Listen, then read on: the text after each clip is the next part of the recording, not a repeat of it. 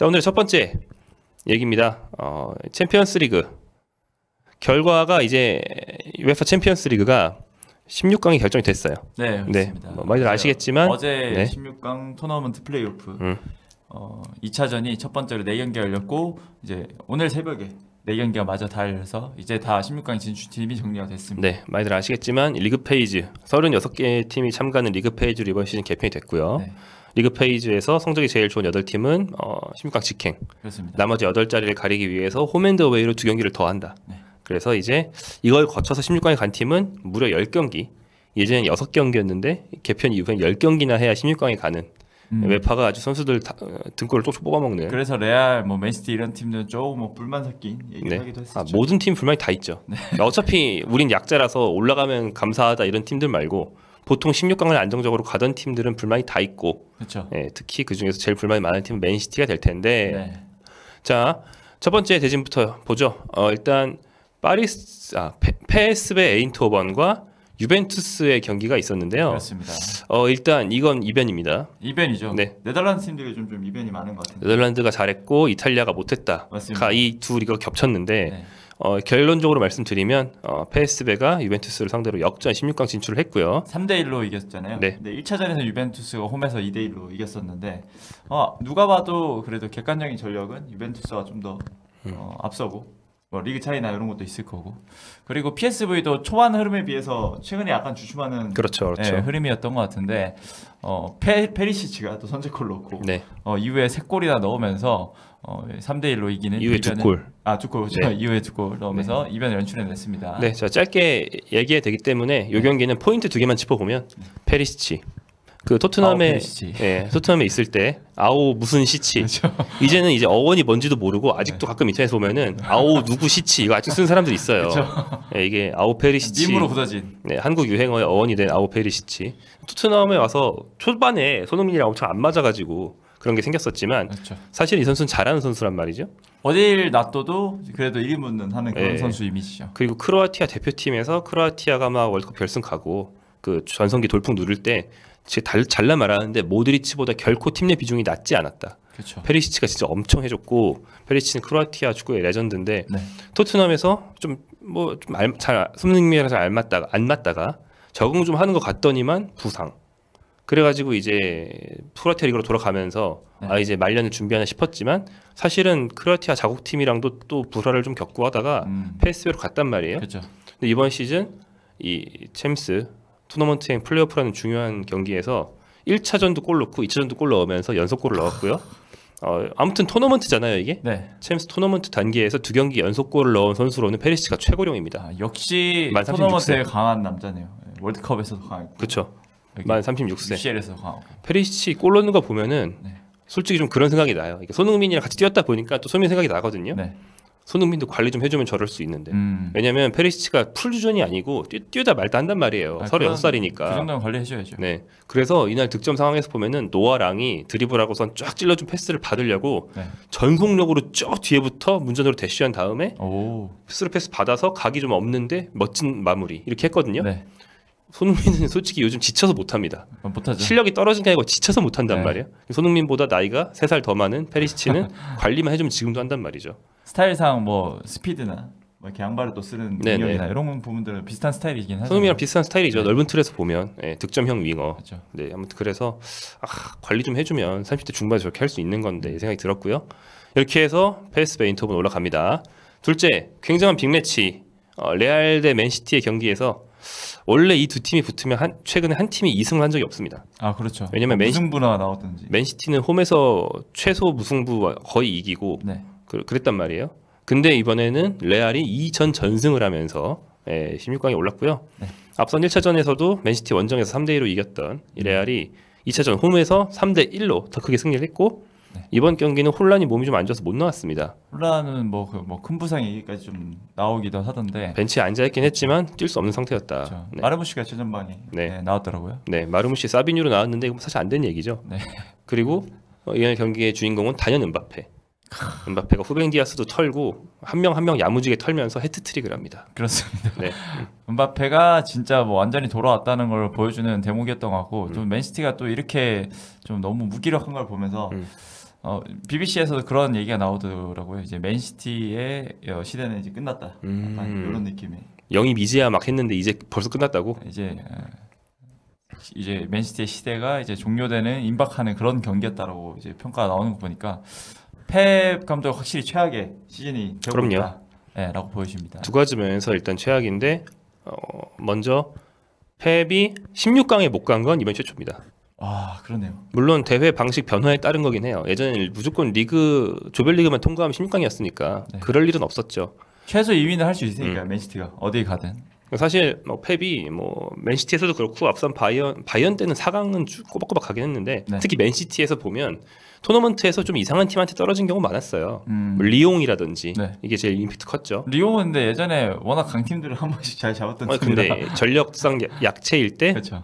그보다 더 옛날로 가면은 리옹이 레알 킬러였던 시절이 있어요. 네, 맞아요. 그런 것처럼 그렇긴 한데 아무튼 전력상 훨씬 앞서는데 지면서 펩 저거 맨시티에서 챔스 못하네 뭐 이런 얘기 나왔던 시절이 있거든요. 네. 근데 지금은 16강도 가기 전에 외나무다리에서 레알을 만난 거기 때문에 그렇죠. 뭐 대진상 참작은 할 수 있다. 하지만 아무튼 기록상 16강에 못 간 건 맞다. 최초고요. 둘째, 이번 패배로 모든 대회 통틀어서 13패가 되면서 펩 개인 최다 패를 이미 경신했습니다. 앞으로 1패라도 더 하면 다 역사예요. 저는 펩이 이렇게 경기장 내에서 이렇게 흔들리는 약간 내가 어떻게 대처를 해야 될지 모르겠는 그런 표정을 본 게 참 이번 시즌에 굉장히 많은 것 같고 되게 이례적인 일인 것 같습니다. 스스로 좀 답을 못 찾는 느낌? 이번 경기는 약간 좀 거의 버리고 나오다시피 혼란까지 없으면 이미 조졌다. 약간 망연자실. 이런 느낌이고 근데 사실 앞선 경기들에서는 다 전술 짜고 나왔는데 선수들 개인적인 실수로 팡팡 실점하면서 그 전술대로 안 되는 그런 경우가 너무 많았기 때문에 그래서 화를 내고 이런 모습이 사실 본인이 생각한 의도대로 안 됐으니까 그런 모습이 많았던 것 같은데 이번 경기 실점할 때마다 진짜 망연자실. 그리고 처음에 그 디아스의 그 헤딩 미스 굉장히 좀 아쉽기도 하고 수비진 전체가 좀 확실히 안 돌아가는 느낌. 후산풍 아직 너무 어리고 경험이 부족한 게 보이고. 디아스 털리고 후산호프 털리고 돌아가면서 다 털렸어요. 그런 경기였습니다. 그리고 이렇게 해서 맨시티는 탈락했습니다. 맨시티는 이제 FA컵과 프리미어리그 4강 수호에 집중을 하면 되는 시즌이 됐고요. 다음 이번 소식. 이것도 재밌죠? 네. 황인범의 감독으로 PSG 안 했습니다. PSG요? 네. 이것도 뒤로 빼는 게 아니고 이것도 하는구나. 결과를 다 하니까. 자, 한국 선수 경기도 하네요. 파리 생제르맹의 이강인이 기점 패스를 몇 개 해주면서 맞습니다. 대승에 힘을 보탰고요. 스타드 브레스트를 상대로 무려 7대0. 아주 압도적인 승리 거뒀습니다. 요즘 PSG는 폼이 굉장히 좋기 때문에 이렇게 대승을 충분히 거둘 수 있는 상황이었고. 근데 대진운이 진짜 엄청 좋았어요. 이게 무슨 얘기냐면 파리 생제르맹이라는 팀 자체의 폼이 요즘에 올라온 거 맞긴 맞는데 이 팀이 사실 챔스에서 좀 약했거든요. 약했죠. 지로나한테 겨우 이기고 이런 상황들이 좀 특히 있었죠. 이제 챔스 원정 경기에서 굉장히 약했고 그래서 챔스 리그 페이지를 4승 1무 3패로 즉시 통과를 못하고 플레이오프로 떨어진 거란 말이죠. 그렇죠. 근데 아무튼 자국 리그에서는 무패로 선두를 달리고 있는 절대 강자잖아요. 근데 요 단계에서 같은 프랑스 팀을 만나? 이거는 꿀이죠. 이거는 스타드 브레스트의 순위와 실력을 별개 논외로 하고 프랑스 팀인 순간 무조건 꿀이에요. 그렇죠. 왜냐하면 심리적으로 됐다라는 느낌이 좀 있을 것 같아요. PSG 같은 경우 왜냐하면 원래 리그에서도 독주를 하고 있고. 그래서 브레스트 원정 3대0 승리, 요번 스타드 프랑스 홈 경기에서 7대0 승리, 도합 10대0을 만들면서 이겼고요. 이강인 선수는 요즘에 이제 주말조, 주중주가 아니고 주말조였기 때문에 로테이션에서 이번 경기 교체 투입됐고 이미 대승을 이제 만들어가고 있던 중에 들어가서 미드필더로 들어갔기 때문에 이제 스루 패스로 이제 동료들한테 기회 창출해주고 그러면 그 친구가 어시스트하고 다른 선수가 넣고 이런 식으로 기점 패스 한 2개 했습니다. 굉장히 이강인 선수 편하게 좀 플레이했던 것 같고. 표정이 안 좋아 보이지도 않았고 굉장히 자기가 할 수 있는 거 잘 하고 나온 것 같습니다. 요즘 좀 교체로 나온다고 걱정하시는 분들이 많은데 PSG 자체가 좀 중원에서 굉장히 좀 로테이션 느낌으로 변화를 많이 주기도 하고 이강인 선수를 워낙 이것저것 엔리케 감독이 활용하기도 하기 때문에 앞으로 계속 이런 식으로 선발로 나왔다가 후보로 나왔다가 번갈아 가면서 할 것 같습니다. 그러니까 요즘이 시즌 초에 막 골도 팡팡 넣고 하다가 이렇게 되고 있는 건 맞아요. 근데 이 팀에서 이강인의 패턴 그리고 엘리케 선수 활용 패턴을 보면 오다가 떨어졌어? 계속 떨어질 징조인가? 아니면 뭐 이렇게 그냥 가는 것인가를 놓고 본다면 엘리케 감독은 원래 이렇게 가는 감독입니다. 요즘 ML이나 거의 안 보이잖아요. 네. 만약에 뭐 덴벨레 개인 극성팬이 있다 쳐요. 네. 덴벨레 개인 극성팬은 시즌 초반부터 조졌다 엘리케 품을 떠나야 돼 이런 소리 했을걸요. 그렇죠. 근데 지금 어떻습니까? 지금 이렇게 하다가 올라왔죠. 엄청 올라왔죠. 네, 또 이제 엘리케는 퍼즐 맞추기를 멈출 생각이 없습니다. 계속 맞추는 사람이에요. 그러다가 또 이강인이 맞는 거 한번 하면 또 올라와. 근데 그렇게 한 10경기 하다가 잘 되고 있는데 또 바꿔버려. 이런 사람이죠. 그렇죠. 그러면 또 떨어질 수도 있는 거야. 맞아요. 이게 엘리케 밑에 있는 선수들의 숙명입니다. 계속 잘하는 선수, 계속 신뢰받는 선수는 아무도 없다. 두에도 초반에 엄청 못하다가 그쵸. 최근에 좀 살아났고 근데 이게 또 뒤에 어떻게 될지 모릅니다. 그렇게 생각하고요. 자, 그러면 우리가 4경기를 다 한 건가? 일단은 새벽에 4경기가 있었는데 유벤투스 얘기했고요. 스타드 브레스트랑 파리 생제르맹 얘기했고 맨시티 레알 얘기했고 유벤투스 PSV 얘기했고 3개 했는데? 도르트문트 대 스포르팅. 도르트문트 스포르팅 맞아. 이거는 0대0으로 비겼습니다. 도르트문트가 1차전 3대0 승리를 바탕으로 16강에 진출했습니다. 자, 이렇게 챔스 결과를 다 훑어봤고요. 다음 두 번째 재밌는 얘기입니다. 작은 아이를 마음속에 품고 있는 저 남자. 저 워딩은 정말 역대급. 네. 앞으로도 평생 사라지지 않을 것 같은. 아스날 팬들이 자기 팀에서 잘하는 선수 중에서 가장 싫어한다는 그 남자. 그 남자가 이제 황인범의 감독이 됩니다. 네. 굉장히 뭐 네덜란드 레전드이기도 하고. 그럼요. 네. 워낙 선수 시절에 유명한 선수였죠. 근데 이제 감독으로 변신을 해서 헤이렌베인을 좀 잘 이끌고 있었어요. 헤이렌베인이 지금 올 시즌에 중위권에 위치를 해 있는데 처음 초보 감독 치고는 그래도 결과가 괜찮다라는 평가를 받고 있었는데 이번에 페예노르트가 프리스케 감독을 정지를 한 뒤에 감독을 찾고 있던 와중에 이 반페르시 감독과 접촉을 했다고 합니다. 이제 거의 뭐 선임 확정 단계까지 들어갈 정도로 굉장히 좀 공신력 있는 기자들이 많이 좀 보도를 한 상태고요. 현지 보도에 따르면 거의 커피셜이군요. 그렇습니다. 네. 그래서 이거는 뭐 조만간 발표가 나오지 않을까 싶고 황인범 선수 입장에서는 뭐 프리스케 감독이 워낙 황인범 선수를 영입한 장본이기도 하고 또 잘 써왔기 때문에 조금 이 변화가 아쉬울 수도 있지만 또 한편으로는 앞으로 좀 앞으로 더 클 수 있는 이 반페르시 감독과 좀 잘 맞춰본다는 게 또 새로운 의미가 좀 있을 것 같습니다. 새로운 그럼요. 도전이고 네. 그리고 워낙 유명한 감독이란 또 하는 거에 대한 기대감도 분명히 있을 것 같아요.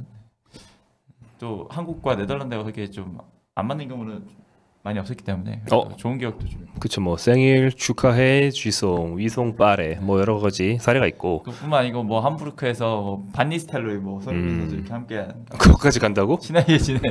그것까지 갖다 붙이면 이제 너무 많을 것 같은데요. 네. 아무튼 네덜란드와 관계를 다 갖다 붙일 수 있을 것 같은데 뭐 이 체제가 저는 또 재미있는 구도가 될 것 같긴 해요. 아무래도 반페르시 자체도 국내 해외 축구 팬들한테 굉장히 좀 인지도 높고 스토리도 많은 선수이기 때문에 심지어 또 맨유에서 뛰었기 때문에 맨유 팬들도 뭐 잘 알고 있고. 맨유 팬들은 뭐 애정밖에 없죠. 그쵸? 아스날 팬들이 애증이 있는 거지. 그러니까 제가 저번에도 이런 얘기 꾸준히 하고 있는데 황인범을 데려온 감독이 나갔다. 그리고 뭐 하필 그때 황인범이 부상 중이다. 뭐 어쩌고 저쩌고 뭐 위기. 설레발은 떨 수 있어요. 제가 아까 이강인에 대한 위기도 위기가 아니라는 식으로 얘기했던 것처럼 설레발은 떨 수 있지만 황인범은 그거보다 더 그릇이 크고 더 높은 선수다. 무슨 말이냐면 진짜 주전 자리가 간당간당한 선수는 나를 좋아했던 감독이 나가면 위기죠. 근데 황인범은 어떤 감독이 브라이언 프리스케 이후에 와도 무조건 주전을 할 정도로 팀 내 입지가 이미 탄탄한 상태였다. 그것도 그렇고 이미 전반기 거의 리그 최고의 미드필더급으로 꼽히고 있었기 때문에 실력이나 팀 내 입지나 이미 높았기 때문에 어느 감독이 오든 이 황인범을 빼고 구상을 할 리는 없다. 그렇다면 호재다. 왜 호재냐? 팀이 올라와야 될 거 아니에요. 그렇죠. 감독이 누구든 팀이 올라올 계기를 페예노르트라는 구단이 만들어야 황인범이 본인만 주전이고 페예노르트는 최근 몇 년 동안 가장 못한 시즌 이러면은 면이 안 서잖아요. 그렇죠. 페예노르트 자체가 반등을 할 수 있는 계기를 아무튼 만들어야 되기 때문에 감독 교체는 어떤 식으로든 황인범한테도 좋다. 저 이렇게 생각하는데 문제는 반페르시가 그럴 수 있는 사람이냐는 거고 이 반페르시라는 감독이 일단 젊잖아요. 경력이 많지 않단 말이죠. 그래서 과연 이 스타 반페르시를 선임한 것이 팀에 어떤 영향을 미칠지는 좀 지켜봐야 될 것 같긴 합니다. 잘 돼서 반페르시도 어디 빅클럽을 하고 또 황인범이랑 잘 맞았으면 보통은 잘 데려가잖아요. 그렇죠. 그런 식으로 좀 좋은 인연이 이어지면 좋을 것 같습니다. 반페르시 선임의 조건, 황인범을 영입해달라, 뭐 이런 거. 그렇죠. 성적이 안 좋죠? 지금 뭐 유럽 챔피언스 리그에서는 그래도 16강에 되게 오랜만에 간 거예요. 올랐습니다. 네. 올랐는데 리그에서는 현재 지금 4위. 알크마르랑 5위 알크마르랑 승점 동률인 상태인데 어쨌든 1위 아약스와 승점차가 14점이네요. 네. 굉장히 많이 벌어진 상태고 사실 우승 후보로 꼽혔기 때문에 지금 성적에 만족할 수 없다는 거죠. 네, 뭐 아약스, PSV, 페이노르트 3강이잖아요. 네. 3강 중에서 제가 늘 말하지만 3등만 해도 자존심 완전 상하는 거예요. 1등 해야 되고 그렇죠. 2등도 괜찮은데 3등은 안 된다. 이 3강끼리 이렇게 해먹는 류의 리그인데 3위가 아니고 4위, 5위로 떨어진다? 이거는 당장 목을 치는 게 맞습니다. 이 리그의 상식으로는. 네. 뭐 다른 리그였다면 5위도 봐줄 수 있다 이럴 수 있지만 챔피언스 리그 성적을 떠나서 이거는 또 리그는 다음 시즌과도 연관돼 있기 때문에 네. 반페르시 감독의 그 페너르트 한번 기대를 해보겠습니다. 반페르시는 어떤 경력이 있죠? 지도자로서? 선수로서야 A매치 102경기 50골, 네덜란드 A매치 최다골 기록, 그리고 이제 프리미어리그 득점왕, 프리미어리그 우승 경력 우리가 다 알고 네. 있는데 지도자로 변신한 뒤에는 어땠죠? 일단은 18세 이하 페너르트 18세 이하 팀에서 좀 감독을 하고 있었습니다. 아, 이 선수 네. 페너르트 출신이죠. 그렇죠. 네. 네, 그래서 K 지도자 생활을 시작을 했고 지난해 여름에 헤이렌 베인 1군 감독으로 좀 부임을 해서 올 시즌 헤이렌 베인을 지금 9위 18개 팀 중 9위로 좀 이끌었습니다. 네, 굉장히 뭐 경력이라 할 만한 게 좀 너무 짧아가지고 뭐 지금 크게 설명할 건 없지만 그래도 일단 초보 감독 치고는 빨리 이렇게 자리를 잡았다는 점이 좀 기대를 받고 있는 거죠. 최근 그 12명 사건의 피해자죠. 상대가 교체를 했는데 네. 빼지 않고 잠시만요. 예. 상대가 교체를 했는데 선수를 빼지 않고 넣기만 해가지고 네 그래서 문제가 있었죠. 예, 근데 이제 그렇게 잠깐 뛰다가 빨리 야, 한 명 더 있네 빨리 나와 이래가지고 12명 뛰다가 금방 11명을 바꿨는데 문제는 그 12명으로 뛰던 도중에 상대가 이득을 봤죠. 그 상황에서 골을 넣은 것까지는 아니지만 그때 이어진 시퀀스가 상대 득점으로 이어졌기 때문에 노발대발했는데 이거 소급 안 되는데 어쩔 뭐 이렇게 연맹 이렇게 나와가지고 판페르시가 진짜 엄청 빡쳐했던 그런 일이 있었습니다. 캐리에도 좀 약간 그런 상황이 한번 있었죠. 네. 아, 그렇죠. 광주 네. 그때 광주 얘기 많이 했죠. 네, 판페르시 건과 비교하면서 광주 얘기 많이 했습니다. 네. 이게 좀 지워야 되겠네요. 네. 남아공 다이빙 헤더 얘기를 하시는 분이 있네요. 네. 그 남아공 다이빙이랑 하면 플라잉 더치맨을 네네네. 그때가 파날 감독이 네덜란드 감독직을 이끌고 있을 때 그럴걸요? 일 겁니다. 솔직히 기억이 좀 가물가물한데 맞는 것 같아요. 네. 그때 정말 스페인도 농락하고 그 경기에 맞는 것 같습니다. 네, 제 기억으로는 아주 뭐 그렇게 유명한 굉장한 정말 레전드 골잡이였죠. 레전드 골잡이. 지금 네덜란드 국가대표에서 102경기 50골. 네덜란드 A매치 최다골 기록 보유자입니다. 네. 그리고 이제 왼발을 진짜 미친 듯이 잘 쓰는 환상적인 그렇죠. 피니시 능력을 가진. 근데 이 선수가 맨유 오고 나서는 오른발도 좀 쓰기 시작을 했던 것 같아요. 그러면서 맞아. 더 득점력이 더 좋아져가지고 오른발 킥이 진짜 폼이 엉성하고 왼발 킥의 그 멋진 폼에 비하면 억지로 차다가 넘어지고 막 이러는데 그쵸. 넘어지면서도 집중력 있게 차서 아무튼 골문 구석에 꽂기는 하고 넘어지는 그 오른발 슛으로도 많이 득점을 했었죠. 네. 추억의 선수네, 추억의 선수. 맞습니다. 이렇게 황인범 해설 감독 얘기해봤습니다. 참고로 황인범 선수는 제가 이거 뭐 기사 쓸 정도까지는 아니라서 뭐 쓰지는 않았는데 요 몇 경기 부상으로 결장했거든요. 거의 한 달 넘게 결장한 것 같은데. 아니 그 사이에 뛰다가 잠시 다시 빠졌다가 하고 있는데 특히 요 챔스 2경기를 다 빠져가지고 그 사이에 리그까지 좀 우려가 있었어요. 근데 뭐 종아리 쪽에 그 근육의 손상. 네, 그 피로가 많이 쌓였을 때 흔히 나오는 거. 피로가 많이 쌓이고 한번 맞으면은 터진 다음에 잘 안 붙는. 피로가 쌓인 선수한테 흔히 있는 그런 류의 부상이고, 그렇게 큰 부상은 아니기 때문에 뭐 아마 챔스 전에는 돌아오지 않을까 생각이 됩니다. 네. 종아리 부상도 은근 자주 발생하는 것 같아요. 그럼요. 케인도 지금 종아리 부상으로 판명이 돼서 아마 다음 경기를 못 뛸 것 같긴 한데. 제가 피로가 쌓인 선수한테 잘 오는 거예요. 왜냐면은 그쪽으로 이 종아리 근육으로 많이 운동을 하는 종목이잖아요. 그러다가 이제 한 대 맞으면 원래 피로가 쌓인 상태에서는 빵 그다음에 이제 잘 안 돌아오는 걸을 수는 있는데 뛰긴 좀 힘들고 뭐 이런 상태가 되는 거죠. 너무 갈리긴 했죠. 너무 많이 뛰긴 했습니다. 맞습니다. 다행이다 국대 돌아오자라고 이제 제임스 제님 말씀하시는데 이게 좀 관건이 있는 게 3월에 돌아오면 일단 챔스 16강 뛸 수 있고요. 네. 그다음에 국가대표도 3월 22일, 25일 경기라서 뛸 수는 있거든요. 네. 근데 홍명보 감독이 약간 대외적으로 그동안 많이 갈린 선수들은 이제 월드컵 예선 여유도 좀 있고 하니까 좀 배려해 줄 수 있다는 식으로 얘기를 했어요. 네. 그래서 과연 배려를 해줄 것인가? 그렇죠. 거기 인터뷰와 이제 언행의 일치를 할 것인가? 그동안 뺄 수 없었던 선수들 뭐 딱 3명이에요. 손흥민, 황인범, 김민재, 네. 공, 중, 수 네. 네, 한 명씩이거든요. 그렇죠. 이들을 과연 빼주고 실험을 할 것인가? 네, 이게 관건입니다. 안 부를 것인가? 부르더라도 한 경기만 쓰던지 할 것인가? 뭐 이런 거죠. 네. 지그재그님 딱 안 해줄 것 같은데. 저는 솔직히 일단 부를 것 같고요. 뭐 선발은 아니더라도 어떤 방식으로든 쓰긴 쓸 겁니다. 국내 팬들한테 또 보여줘야 되는 게 있기 때문에. 그럴 것 같습니다. 저도 사실 그쪽에 좀 예상이 되긴 합니다. 자, 그렇다면 메인으로 넘어가 보죠. 첫 번째 메인입니다. 자, 16강이 나왔다 말씀드렸습니다. 네. 웨파 챔피언스리그 UCL에서 한국 선수들이 16강에 3명 올랐습니다. 네. 그들의 현황과 가상 대진 한번 얘기해 보도록 하죠. 네. 김민재, 황인범, 이강인 선수 요 세 선수가 진출을 했고 탈락한 선수는 설영우, 양현준, 김민수 선수. 네. 지루나에 또 한 경기 뛰었기 때문에 지루나. 네, 그럼요. 엄연한 챔스 소화한 선수고 설영우 선수의 트루베나 즈베즈다, 양현준의 셀틱, 김민수의 지로나는 탈락을 했고 김민재, 황인범, 이강인은 올라가면서 6명이나 본선에 나왔고 그 중에 3명이 16강에 가는 뭐 굉장히 한국 선수가 엄청 풍성한 네. 그런 챔스가 됐어요. 세 팀 김민재, 황인범, 이강인 선수 모두 다 16강 플레이오프를 거쳤죠. 치러야 됐다는 네, 그런 공통점이 있고요. 네.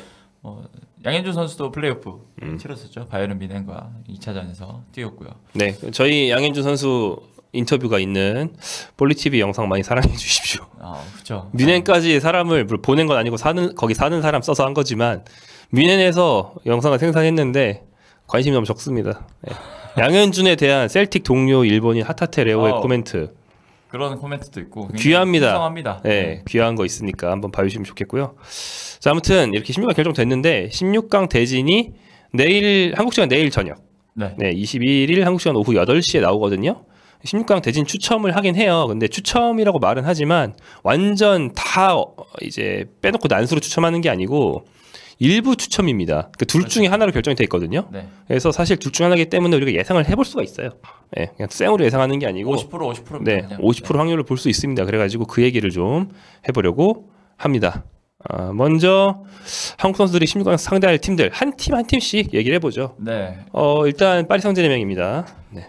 파리 생제르맹은 16강에서 만날 팀은 리버풀 혹은 바르셀로나. 둘 중에 하나 추천입니다. 네. 그러니까 리버풀이 1위, 바르셀로나가 2위로 아마 16강에 올랐을 거거든요. 네. 리그 페이지에서. 맞습니다. 파리 생제르맹이 문 닫고 들어왔기 때문에 네. 이들을 만난다는 거예요. 둘 중에 하나를. 아마 1차전은 파리 홈일 거고 2차전은 그렇게 돼요? 네, 아마 밑에서 올라온 팀이 홈이에요? 그렇죠. 그럴 텐데 제 생각에는 두 팀 다 좀 빡세지 않나. 완전 빡세죠. 생각이 많이 드는 게 바르셀로나도 지금 완전 다시 부활을 한 상황이고 리버풀은 뭐 오늘 빌라랑 좀 비기기도 했지만 그래도 살라가 지금 계속 미친 폼을 시즌 내내 보여주고 있고 또 리그에서도 워낙 잘하는 팀이라서 파리 생제르맹한테는 굉장히 좀 부담되는 그런 매치들이 아닐까 싶습니다. 그나마 바르셀로나 비행은 좀 짧으니까 좀 낫지 않을까 싶긴 한데 또 엔리케 감독 입장에서는 좀 더 바르셀로나가 익숙하지 않을까라는 생각도 좀 들고요. 엔리케는 뭐 바르셀로나 선수 감독 출신이니까. 네. 그래서 뒤에 뭐 다른 대진도 이따 불러드리긴 할 건데 이게 성사된다면 아니고 파리 생제르맹이 리버풀이랑 붙든 바르셀로나랑 붙든 16강 최대 빅매치 한 2개 중에 하나입니다. 네. 그러네요. 진짜 엄청 화려한 경기고 그 중심에 이제 이강인 선수가 있는 건데 일단 어느 쪽을 만나든 이번 시즌 챔스에서의 경기력을 본다면 물론 파리 생제르맹이 역배예요. 역배죠. 무조건. 근데 그래도 긍정적인 점 한번 쥐어짜서 말해보면 파리 생제르맹은 좀 상승세입니다. 그렇죠. 세 팀 다 상승세긴 합니다. 리버풀이랑 바르셀로나 상승세라고 하긴 좀. 바르셀로나는 꾸역꾸역 어떻게 3강의 우승 경쟁을 하고 있는 거지. 리그 페이지 초반에 그 유럽 전체 최강 팀이었던 그거는 이제 그 정도는 아니죠. 아니죠. 왜냐하면 이제 중간중간 부상자도 많이 나왔고, 그렇죠. 근데 선수층이 기본적으로 얇다 보니까 이 팀 바르셀로나는 진짜 지킹한 게 다행이죠. 플레이오프 2경기 더 했으면은 체력 부담이 엄청 심했을 거고 바르셀로나는 뭐 물론 지금 떨어진 건 아니지만 초반만큼은 아니다. 근데 리버풀도 그래요. 리버풀도 떨어졌다고는 못하지만 시즌 초반만큼은 또 아니다. 조금 요즘 보면 살라한테 좀 많이 의존하는 그런 모습입니다. 요즘 프리미어리그 최근 3경기에서 1승 2무 했고요. 물론 패배는 프리미어리그 통틀어 3번밖에 없지만 오늘 새벽에도 다른 팀들 챔스할 때 빌라랑 프리미어리그 경기를 했는데 비겼어요. 2대2로 비겼거든요. 리버풀 조금 내려왔다. 그래서 이제 예전에는 훨씬 역배였다면 지금은 그래도 근소 역배 정도로 많이 따라잡았다. 파리 생제르맹은 뭐 많이들 아시다시피 이제 우리 덴벨레 선수가 주사위형이 아니고 난 스트라이커인데 이러면서 최전방에 잘해주고 있고 여러모로 호재가들이 많기 때문에 많이 따라왔다. 그래서 싱거운 경기라기보다는 굉장히 재밌는 근소한 경기를 볼 수 있지 않을까 기대가 됩니다. 바르셀로나가 더 멀다는데? 거리상 그럴 수도 있겠네요. 네. 근데 애초에 이게 대륙에 붙어 있는 거랑 그 비행을 해서 무조건 비행을. 근데 어디 가든 비행기 타겠죠. 뭐 그런 그렇죠. 네. 근데 그게 맞는 게 그 영국이랑 프랑스랑 그 바다 조그만 바다로 가깝잖아요. 엄청 가깝죠. 기차 타고도 갈 수 있다면서요. 저는 안 가봤지만. 거리상은 굉장히 모르겠다. 근데 런던이 영국 중에 아래쪽, 남쪽이고 파리가 프랑스 중에 약간 북쪽입니다. 좀 가까운 편이고 바르셀로나가 이제 스페인 중에 좀 동쪽이긴 하지만 아마 비슷한 거리일 것 같고. 근데 이거는 심리적 정서적으로 바르셀로나가 이제 익숙할 수 있다. 많은 파리 생제르맹 선수들에게. 감독 당연히 그렇고 이강인 선수 당연히 그렇고요. 또 이제 엘리케 오고 하면서 프랑스에서 왔거나 이제 스페인에서 왔거나 스페인 출신이거나 이런 선수들을 이제 우리 파리 생제르맹이 갖고 있단 말이죠. 뭐 아센시오 이런 선수 떠나긴 했는데 뭐 예전에 있었고 뭐 바르셀로나 일단 덴벨레도 바르셀로나 출신이고. 또 덴벨레 같은 경우는 바르셀로나 상대로도 골도 넣고 했던 것 같긴 한데 그렇기 때문에 뭐 개인적인 생각으로는 PSG에서 그래도 리버풀을 좀 더 부담스러워하지 않을까라는 생각이 들긴 합니다. 리버풀이 일단 더 잘하니까 그렇기도 하고요. 아무튼 덴벨레 같은 경우는 동기부여도 굉장히 잘 되실 수 있습니다. 그리고 뭐 스페인 대표 미드필더인 파비안 루이스가 여기 있고요. 한 요 정도 이제 연관성을 찾을 수 있겠네요. 그리고 이제 잉글랜드에서 온 선수는 제가 언뜻 생각이 안 나서 대충 봤는데 아마 없는 것 같아요. 없네요, 진짜. 프리미어리그에 사온 선수는 현재로서는 잘 없는 것 같고 그래서 아마 이쪽이 대진이 된다면 더 많은 스토리가 나오지 않을까 생각합니다. 그 다음으로 볼 수 있는 한국 선수의 대진은 이제 이강인 얘기했으니까 김민재로 가볼까요? 김민재 선수로 가볼까요? 김민재 선수는 바이에른 뮌헨의 김민재고요. 세팅을 잡았죠? 그러면서 올라왔는데 상대가 이게 최고는 아니지만 굉장히 껄끄럽네. 진짜 그 껄끄럽다는 느낌. 껄끄러움으로 1티어. 그러니까 상대 전력은 1티어 아니지만 제일 껄끄러운 팀 두 중에 하나를 만난다. 뭐냐면 레버쿠젠 아니면 아틀레티코입니다. 레버쿠젠 같은 경우에는 리그에서 가장 껄끄러운 팀이고 아틀레티코는 그냥 이 챔피언스리그랑 토너먼트에서 뭐 어느 팀을 만나도 껄끄러운 팀이고 뭐 명문 구단들이 가장 만나기 싫어하는 팀 1위 아틀레티코 뭐 이런 느낌이고 일단 레버쿠젠 쪽에 방점을 찍고 얘기를 해보면 바이에른 뮌헨은 사비 알론소가 부임한 뒤에 레버쿠젠을 이긴 적이 없습니다. 지난 리그 맞대기 얼마 전에 맞붙었잖아요. 그때도 사실 엄청 밀렸는데 못해서 0대0으로 비긴 거죠. 비겼지만 개발렸고요. 슛다운 슛 1개. 그 김민재와 이제 우파메카노와 노이어 등의 우주방어로 겨우 비겼고.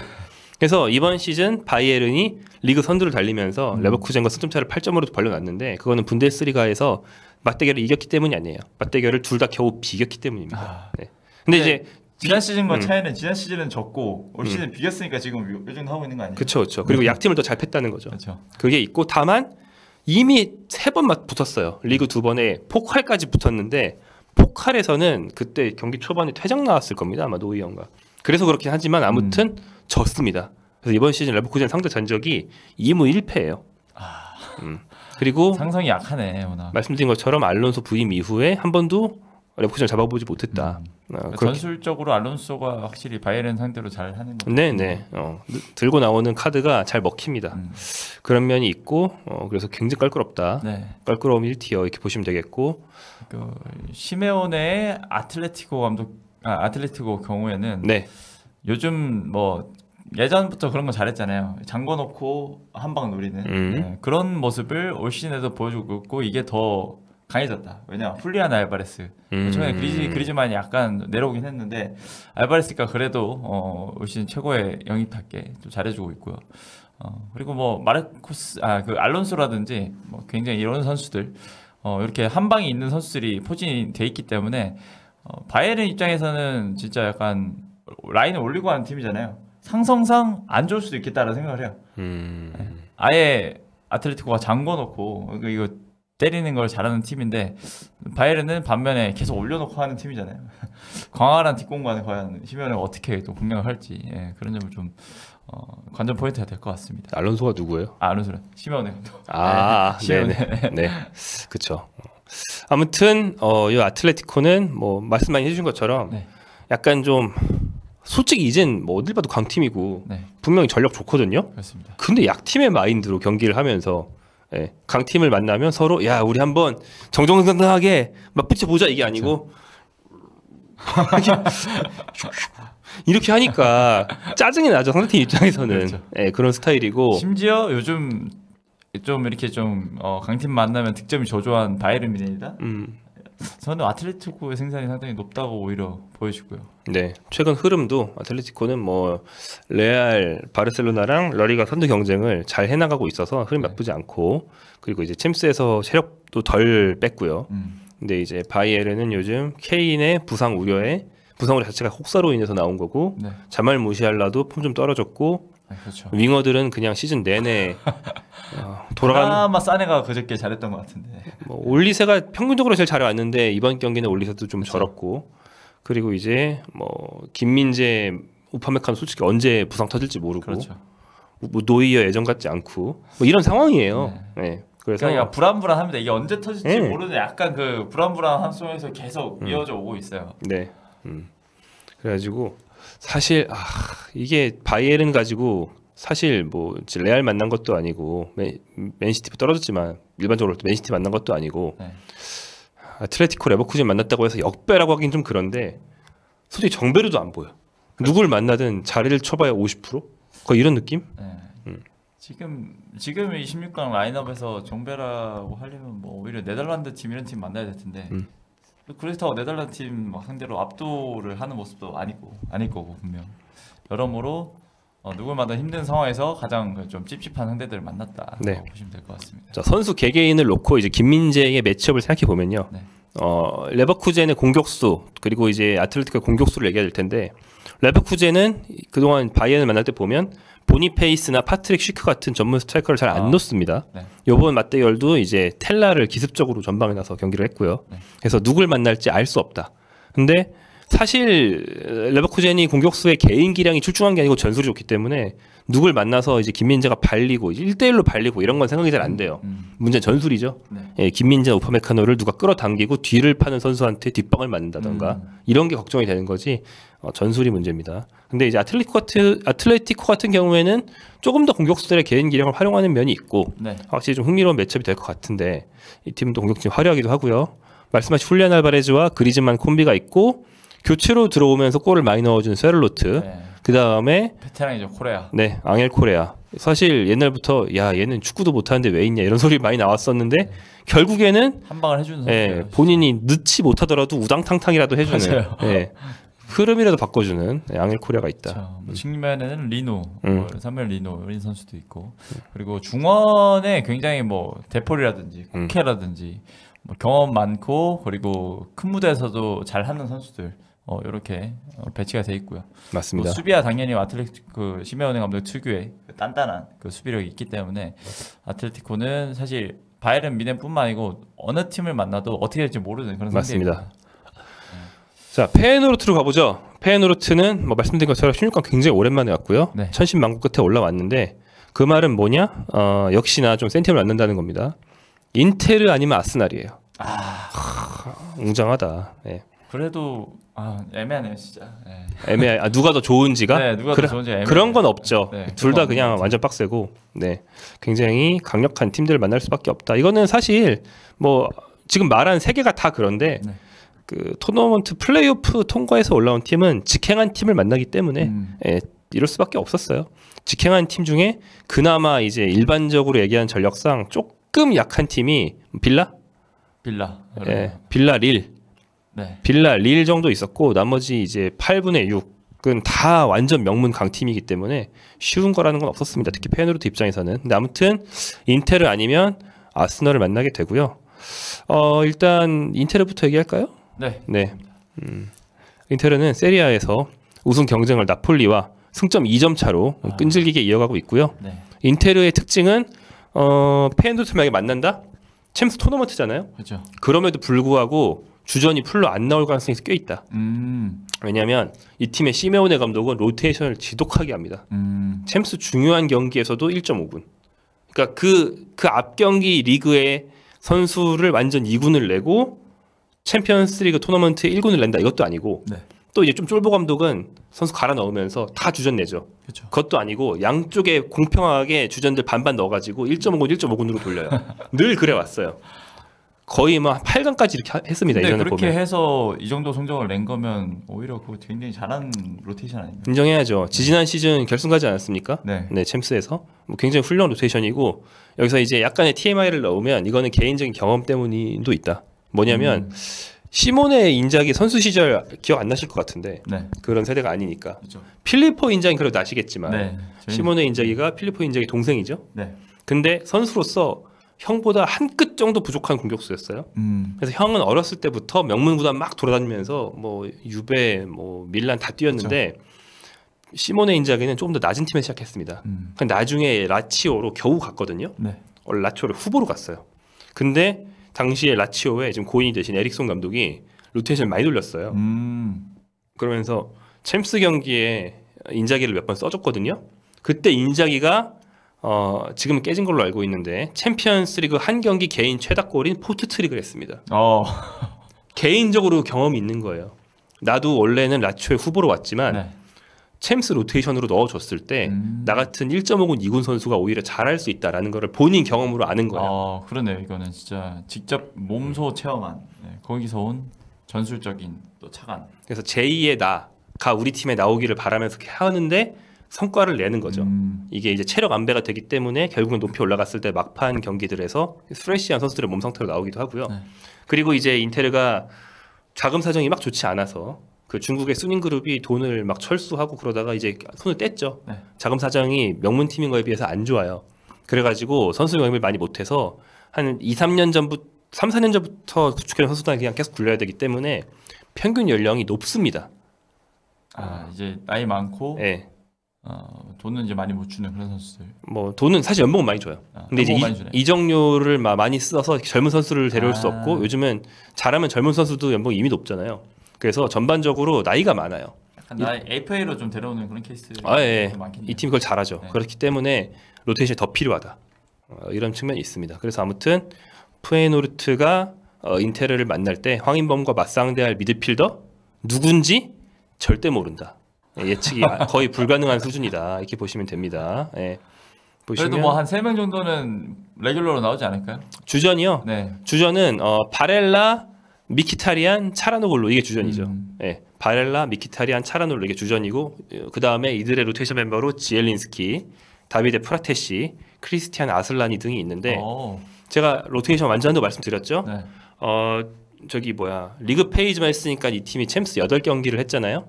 8경기 다 뛴 선수가 존머 골키퍼 1명밖에 없습니다. 그죠? 특히 미드필더 최대로 많이 뛴 선수가 5경기. 되게 똑똑하게 잘 돌리네요. 진짜. 이렇게 했는데 리그 페이지를 상위권으로 통과해서 토너먼트에 직행했다 이거예요.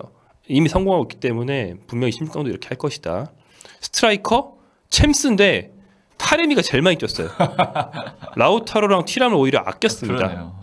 이럴 정도로. 그러니까 리그 페이지는 또 약팀 만나잖아요.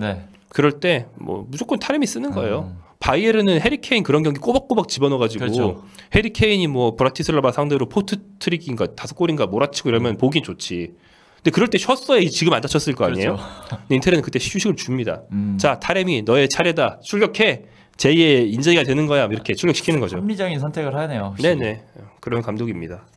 확실히 선수 때 막 엄청 유명하지 않았던 그런 감독들이 이런 계산 잘해서 합리적인 선택을 하는 경우가 좀 많은 것 같긴 해요. 네, 물론 인자기는 또 그렇게 안 유명했다고 하기에는 이탈리아 대표도 하고 네. 챔스도 뛰고 했지만 딱 요 정도. 그러니까 너무 무명 아니고 딱 요 정도. 쓴맛도 알고 스타들이랑도 동시대 호흡했고 이게 좀 어떤 자산이 되는 거죠. 그런 경험이. 예. 그러면 인테르도 확실히 페이노르트 입장에서 굉장히 밀란을 만나긴 했지만 또 완전 또 다른 그런 스타일의 느낌일 것 같습니다. 일단 밀란이랑 인테르는 자국 리그에서의 기세가 완전 다르고요. 네. 예, 밀란은 뭐 너무 안 좋아가지고 감독도 간 상태에서 페이노르트 만난 거였고. 그렇죠.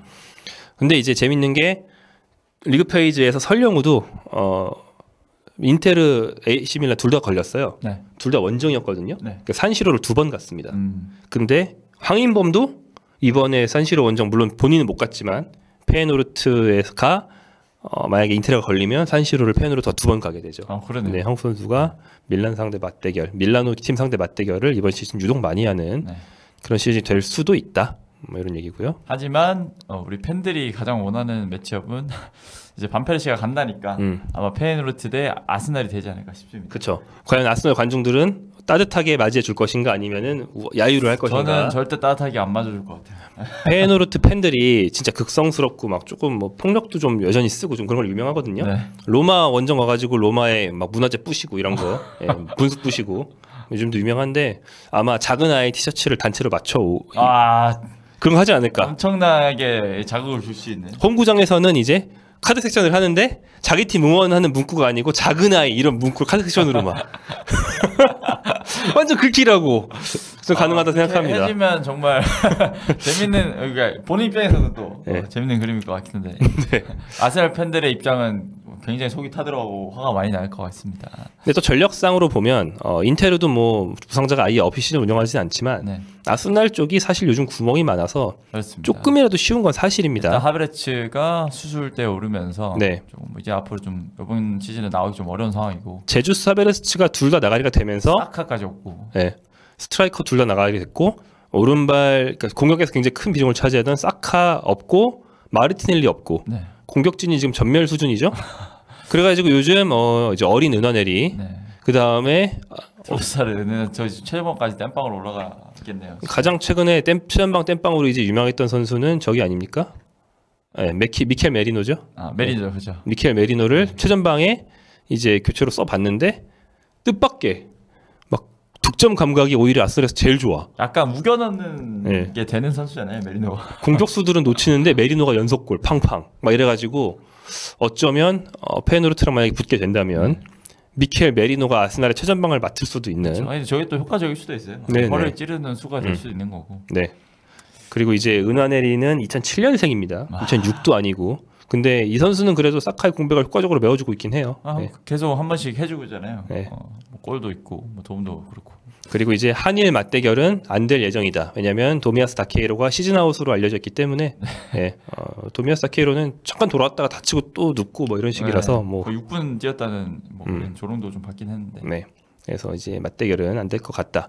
또 이제 페이노르트는 일본 선수도 있기 때문에 우에다랑 이제 뭐 도미아스랑 맞대결을 하면 또 일본 기자들 막 근들갑 막 했을 텐데 그거는 이제 무산됐다. 이렇게 볼 수 있겠습니다. 아무튼 아스날과의 경기 굉장히 재밌을 것이고 네. 성사된다면 인테르는 아스날이도 둘 다 재밌는데 아무래도 프리미어리그에 친숙한 우리 또 이제 세계적으로 봐도 반페르시가 감독으로서 아스날을 만난다고 이런 스토리 때문에 저쪽이 더 흥미롭지 않을까 생각이 됩니다. 아스날이 됐으면 좋겠어요. 언제 만나겠어요? 반페르시랑? 그것도 그렇고 페이노르트가 올라간다 하더라도 뭐 다른 팀 만나더라도 아스날을 만날 거란 보장이 없기 때문에 지금 만날 수 있으면 만나는 게 좋죠. 네. 그렇습니다.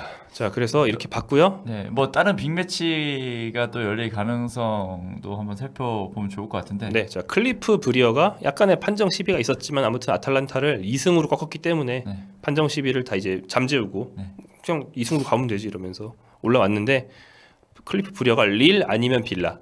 다 해볼만 하다 느낌. 이게 이제 챔스 16강 최약 대진이죠. 그러네요. 네, 브리어 대 릴 아니면 브리어 대 빌라 최약 대진입니다. 가장 시청률이 안 나올 대진이고요. 그렇죠. 네, 이 브리어 자리에 한국 팀이 들어갔으면 한국 선수 팀이 들어갔으면 얼마나 좋았을까 생각이 들 정도의 그런 대진입니다. 딱 페이노르트 들어가도 나쁘지 않은 그런 대진인 것 같은데. 그다음에 레알 천신만고 끝에 맨시티를 잡고 올라왔는데 아틀레티코 대 레버쿠젠. 아틀레티코 아니면 레버쿠젠. 네, 그러니까 아틀레티코 만나면 자신 있을 것 같은데.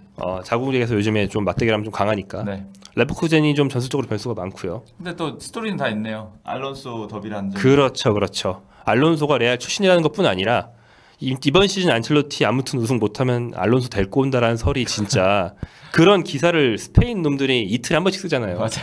1년 내내 써. 전반기에는 특히 많이 나왔습니다. 1년 내내 이틀에 한 번씩 썼기 때문에 진짜 한 180건 이상 나올 거야. 그 정도기 때문에 과연 안첼로티랑 알론소 붙으면 어떨까? 이런 생각도 할 수 있고. 근데 달리 말하면 아틀레티코나 레버쿠젠 입장에서는 리그 페이지를 8강 이내로 잘 통과해서 와 우리가 해냈다 이랬는데 저기 플레이오프 거쳐서 올라온 우리 상대가 레알 아니면 바이에른인 거예요. 개 같은 대진이죠. 그러네요, 진짜. 이럴 거면 뭐하러 잘했냐.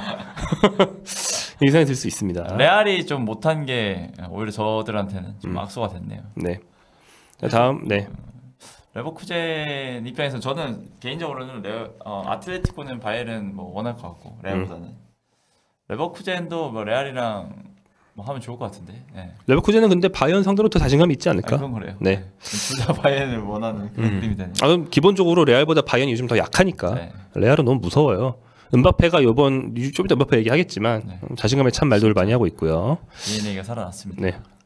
다음 이제 파리 생제르맹은 아스널 혹은 인테르를 만나거든요. 그러니까 아스널 혹은 인테르는 파리 생제르맹 죄송합니다. PSV 에인트호번. 네.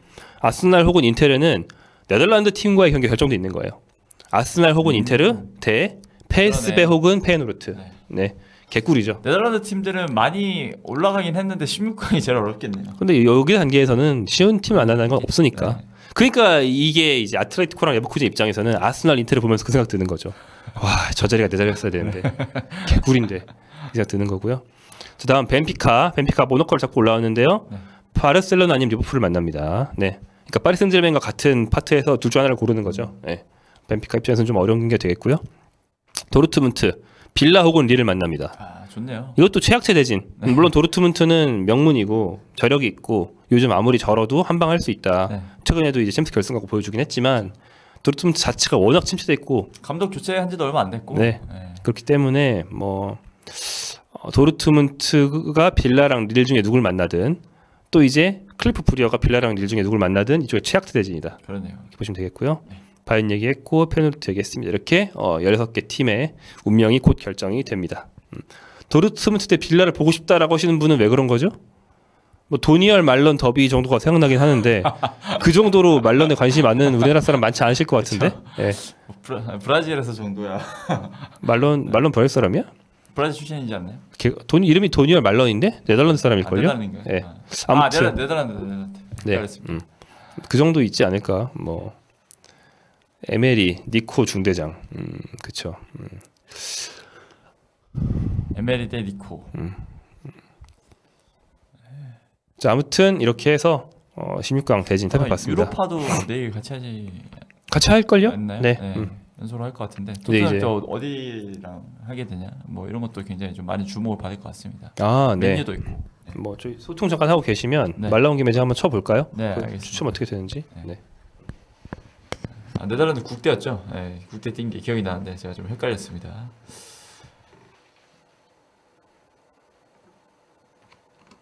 유로파 금요일 추첨. 오늘이 한국 시간 목요일. 스타너프 보는데 OTL 자더라고. 진짜 좀 불쌍하더라. 아주 탈탈 털려서 아직 어린데. 그 약간 오자마자 너무 털리는 느낌은 있긴 해요. 스타너프가.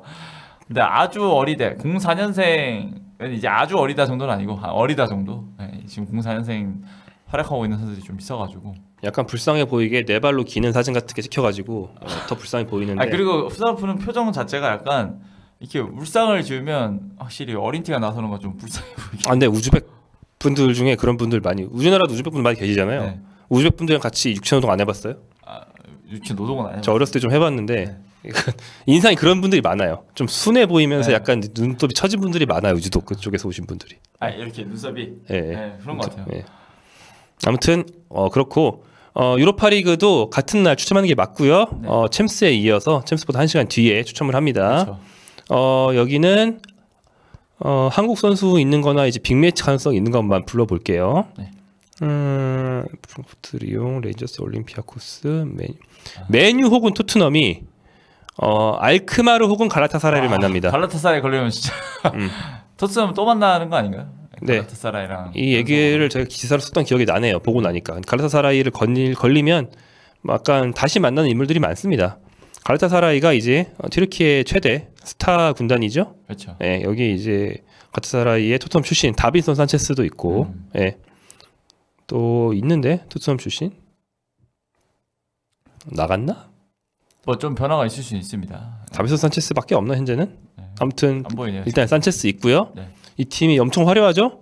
골키퍼 무슬레라, 그 다음에 뭐 공격수 이카르디, 살라이도 있고, 공격수 이카르디, 메르텐스, 오시멘을 가지고 모라타. 공격진이 이렇게 돼 있는 팀이에요. 모라타도 갔네요. 네, 이번에 갔어요. 몇 명을 사는지 모르겠어. 제가 지금 말한 4명이 이 팀의 공격진이라는 게 말이 됩니까? 네. 세리에 득점왕을 3명 가지고 있어요. 이카르디, 메르텐스 득점왕 못했다. 메르텐스 득점 2위. 이카르디, 오시멘, 메르텐스. 이걸 동시에 가지고 있어.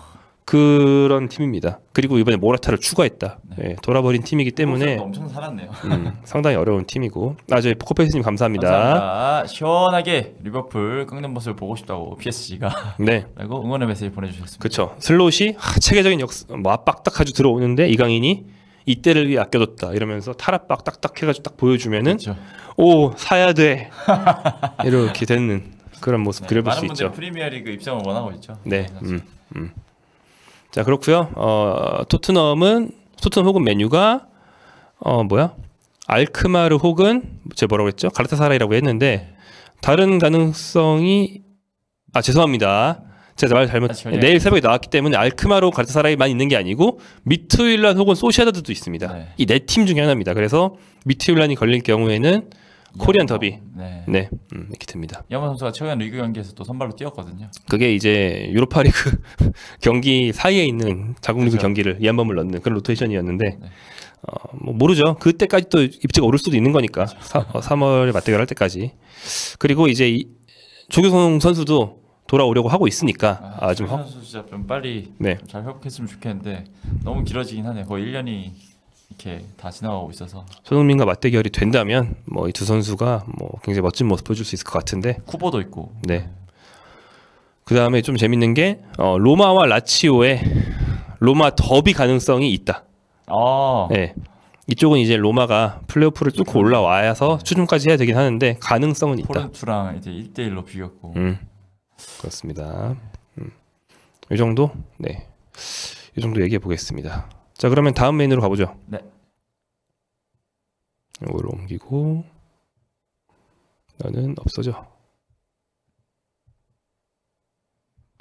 자 한국 선수가 아닌 선수의 개인적인 활약상 저희가 따로 짚는 경우 많지 않거든요. 네. 하지만 우리 이제 음바페, 음단장은 이제는 하나 이제 뭐 우리가 한국 선수가 아니지만 거의 지금 이제 세계 최고 내가 세계 최고다라고 지금 외치고 있는 상태라서 음나우두 살펴볼 필요가 있습니다. 네, 우리 음나우두 선수에 대해서 살펴보려고 하는데 앞서 말씀드린 것처럼 새벽에 열린 챔스 플레이오프에서 이거 결승전 아니요?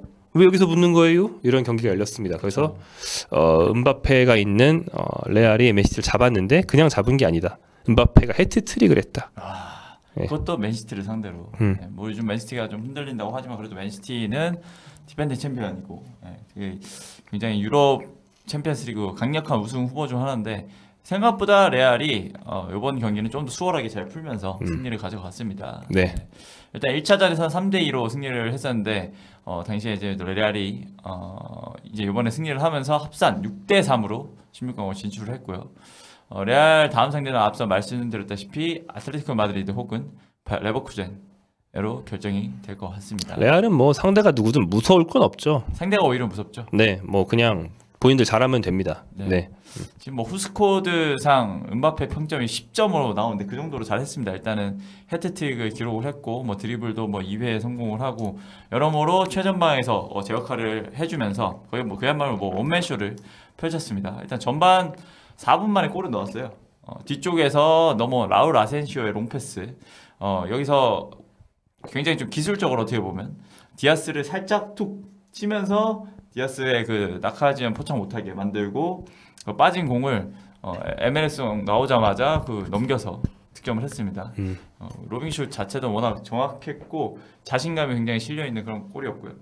그리고 두 번째 골도 되게 멋있었는데 일단 호드리구가 굉장히 중앙으로 치고 들어와서 후사노프 다리 사이로 공을 잘 빼줬어요. 여기서 은바페도 침착하게 슛 모션으로 한번 딱 제껴놓고 가장 잘하는 니어포스트로 때려버리기, 이렇게 해서 멀티골을 신고를 했고요. 이 멀티골 두 번째 골은 의미가 깊은 게 호드리구가 저 뒤에서부터 빌드업을 해서 올라오는데, 맞아요. 뭐 이 팀은 뭐 레알 많이들 아시다시피 빌드업 시스템, 뭐 포지셔널 플레이 이쪽으로 가고 감독이 시킨 대로 가야 되고 이게 아닙니다. 네. 그냥 드리블로 끌고 올라가는 거거든요. 그렇죠.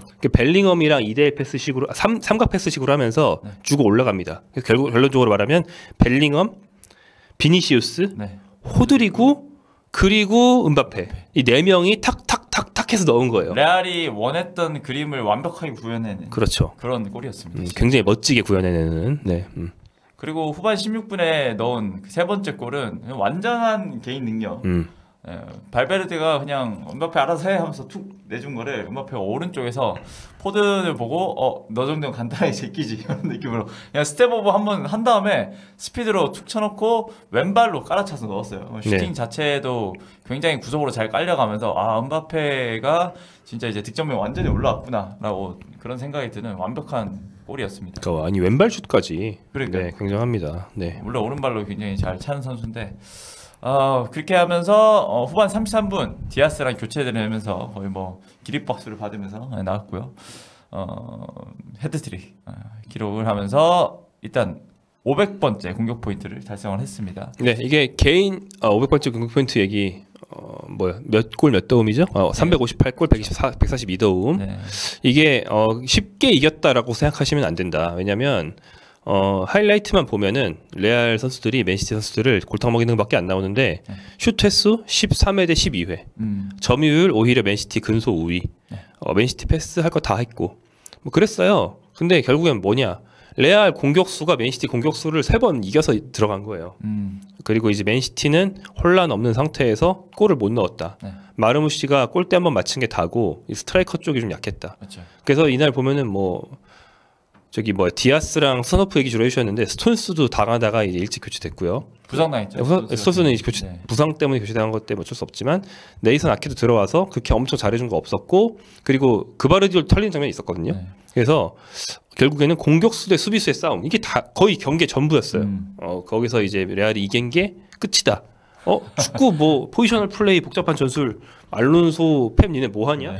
딸깍 이렇게 된 거죠. 그걸 제일 잘하는 감독이 안첼로티이고요. 네. 그렇게 더블도 달성을 하고 하는 레알이라서 레알이 레알 했다라고 네. 보시면 될 것 같습니다. 네. 네. 자, 그래서 이제 우리가 봤을 때 은바페가 원래 초반에는 욕을 많이 먹었잖아요. 그래서 은바페 역시 리그왕에서 혼자 이렇게 놀더니 큰 무대 오니까 잘 못한다. 뭐 리그 차이 때문이다. 뭐 이런 얘기도 있고. 은바페 너무 빨리 전성기가 이제 끝난다. 뭐 이런 얘기도 있었는데. 신체 능력이 떨어졌다. 별 얘기 다 있었거든요. 네. 그리고 은바페 스스로도 좀 경기장에서 좀 주눅든 그런 모습, 그런 표정들. 은바페한테 볼 수 없었던 그런 모습이 좀 보였는데 넣을 거 못 넣고. 네.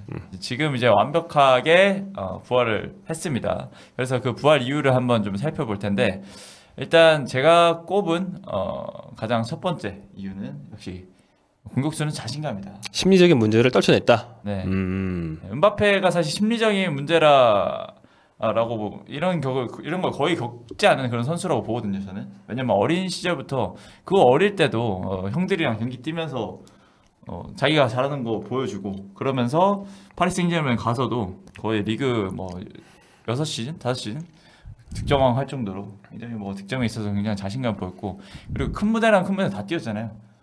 월드컵 결승만 2번을 뛰면서 그 두 번째는 또 메시랑 맞대기를 하면서도 자신이 나 이 정도 한다라는 걸 좀 보여줬던 선수고, 첫 번째 월드컵은 캐리까지는 아니지만 그래도 한 3등 공신 안에 들 정도로 되게 잘하면서 그 어린 나이에 우승을 했고, 두 번째 결승전은 비록 졌지만 헤드트릭을 했죠. 네. 그런 선수였는데 레알에 오자마자 약간 적응 문제, 선수들이 은바페 위주로 해야 돼서 좀 불만을 느낀다라는 이야기도 나왔었고, 또 겹치는 모습들이 많이 나왔습니다. 아무래도 벨링엄도 좀 왼쪽 지향적인 선수, 그리고 비니시우스도 왼쪽 지향적인 선수. 굳이 따지면 호드리그도 사실 비니시우스가 왼쪽에 있어서 그렇지 호드리그도 왼쪽 가고 싶을 거예요. 그럼요. 네. 원래 왼쪽을 좀 잘하는 선수인데 지금 오른쪽에서 뛰고 있고요. 아무튼 그렇게 좀 왼쪽으로 많이 플레이하는 선수들이 많은 가운데 은바페까지 또 들어왔기 때문에 좀 교통 정리가 확실히 필요했습니다. 그런 가운데 경기장 내에서 자신감 떨어진 모습, 특히 리버풀 원정 경기가 좀 그랬던 것 같은데 페널티킥을 실축까지 하고 그리고 막 1대1 찬스도 마무리 못하고 이런 모습들을 보여주면서 굉장히 많은 비판을 받았어요. 그게 얼마 안 됐어요. 진짜 해봐야 한 3달 전? 이렇게 됐었는데 12월을 기점으로 완벽하게 살아나기 시작을 했습니다. 12월 4경기에서 3골을 넣으면서 결정력 끌어올렸고 이 골을 넣기 시작하니까 은바페도의 자신감이 덩달아 살아난 거죠. 이전에도 골을 넣긴 했어요. 계속 스탯은 쌓고 있었는데 그런 것들이 전부 다 페널티킥 몰아주기. 야, 우리 은바페 자신감 살려야 되니까 은바페가 다 차. 약간 이런 식의 페널티킥 몰아주기가 좀 많았었는데 요 12월부터 지금 2월까지는 필드골이 굉장히 많이 나오고 있습니다. 그리고 또 1월부터 2월 사이에는 리그 8골, 모든 대회에서는 15골, 굉장히 많은 골을 넣고 있죠. 그래서 자신감 완전히 회복했다고 보여주고요. 경기장 안에서의 표정, 그리고 이 맨시티전에서의 그 스스로 마무리하는 그 능력, 그런 모습들을 봤을 때는 이제는 은바페가 우리가 알던 은바페로 완전히 자신감을 회복했다 보면 될 것 같습니다. 네. 그리고 이제 전술적인 면도 결국 퍼즐 맞추기잖아요. 네. 네, 전술적으로 어떻게 퍼즐을 맞췄는지도 얘기를 해주실 수 있을 것 같은데. 네, 그래서 그게 바로 두 번째 꼽은 호드리구의 등장 정도가 될 것 같은데 은바페가 살아난 시기 자체가 호드리구가 활약하기 시작한 시점과 거의 정확하게 겹칩니다. 두 선수가 좀 호흡을 좀 맞춰서 확 팀의 대승을 이끌었을 때가 12월 14일 라이오 바이카노전이었는데요. 네. 그때 호드리구가 1골 1도움을 기록했고 은바페는 4골에 다 관여를 하면서 팀의 대승을 좀 이끌었었습니다. 그때부터 지금 호드리구는 12월부터 1월까지 총 3골 5도움 리그에서 기록을 하고 있고요. 모든 대회로 봤을 때는 새해 들어와서 7골 5도움을 기록을 했습니다. 네. 호드리구 혼자? 혼자. 네. 새해? 네, 새해. 공격 포인트 12개? 네. 오. 그러니까 호드리그 자체가 오른쪽에서 엄청나게 사실 레알이 계속 올 시즌은 초반에 오른쪽이 풀리지 않아서 고민이 많았거든요. 그러면서 왼쪽으로만 쏠리면서 그 쏠림 현상이 발생을 했던 건데 일단 호드리그가 1차적으로 그 문제를 해결했습니다. 오른쪽에서 활약을 해주면서 수비진들을 분산을 해줬고 거기서 은바페한테 더 많은 공간이 나오기 시작한 거죠.